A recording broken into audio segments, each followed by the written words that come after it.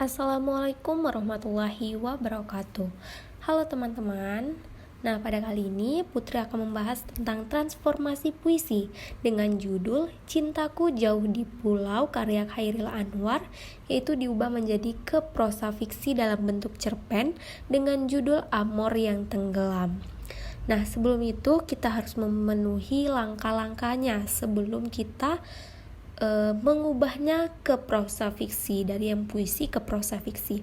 Nah, langkah-langkahnya, yang pertama kita harus membaca puisi secara berulang kali untuk memahami makna yang terdapat di dalamnya. Yang kedua, memparafrasekan diksi yang sulit sehingga didapati makna yang terdapat di dalam puisi. Yang ketiga, mengembangkan diksi-diksi yang telah didapatkan maknanya sehingga bisa menjadi sebuah cerita pendek yang tentunya akan mempunyai tema maupun makna yang sama di antara puisi dan prosa fiksi yang telah ditransformasikan. Nah, untuk makna puisi dari Cintaku Jauh di Pulau ini merupakan tentang kisah percintaan seorang pemuda yang telah menabatkan hatinya kepada seorang gadis yang bertempat tinggal di sebuah pulau. Akan tetapi, pada akhirnya cinta mereka kandas begitu saja karena pemuda tersebut gugur dalam perjalanan ketika menemui sebuah pujaan hatinya tersebut.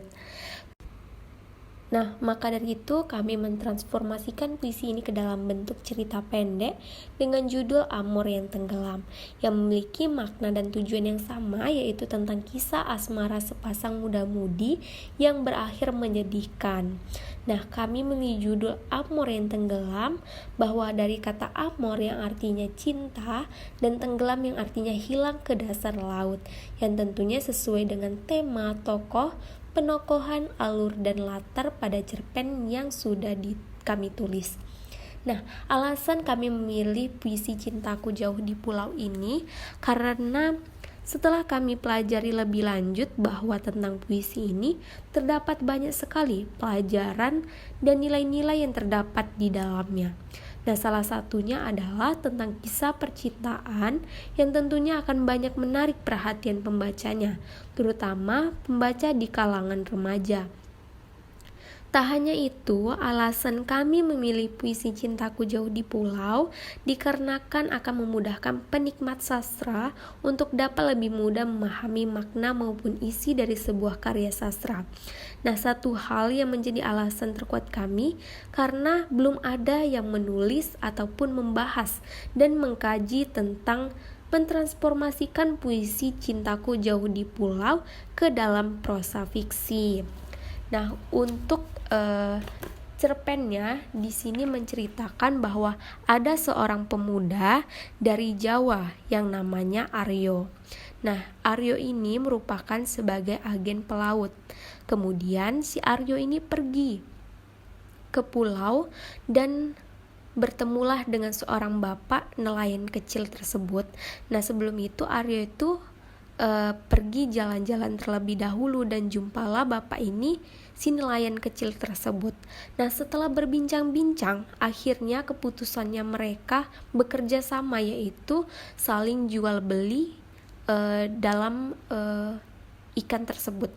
Nah, setelah sering bekerja sama tersebut, anaknya si nelayan tersebut sering mengantar makanan siang untuk bapaknya.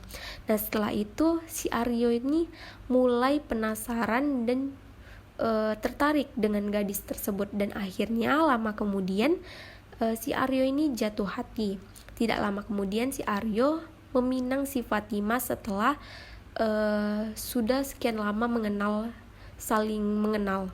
Nah, setelah pernikahan si Aryo ini bekerja melaut bersama si ayahnya si Fatima. Nah, setelah berpisah bahwa ada kabar si kapalnya si Aryo tenggelam dan Aryo pun tewas.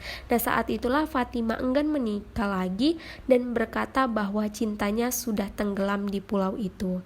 Nah, baiklah, sekian dan terima kasih. Assalamualaikum warahmatullahi wabarakatuh.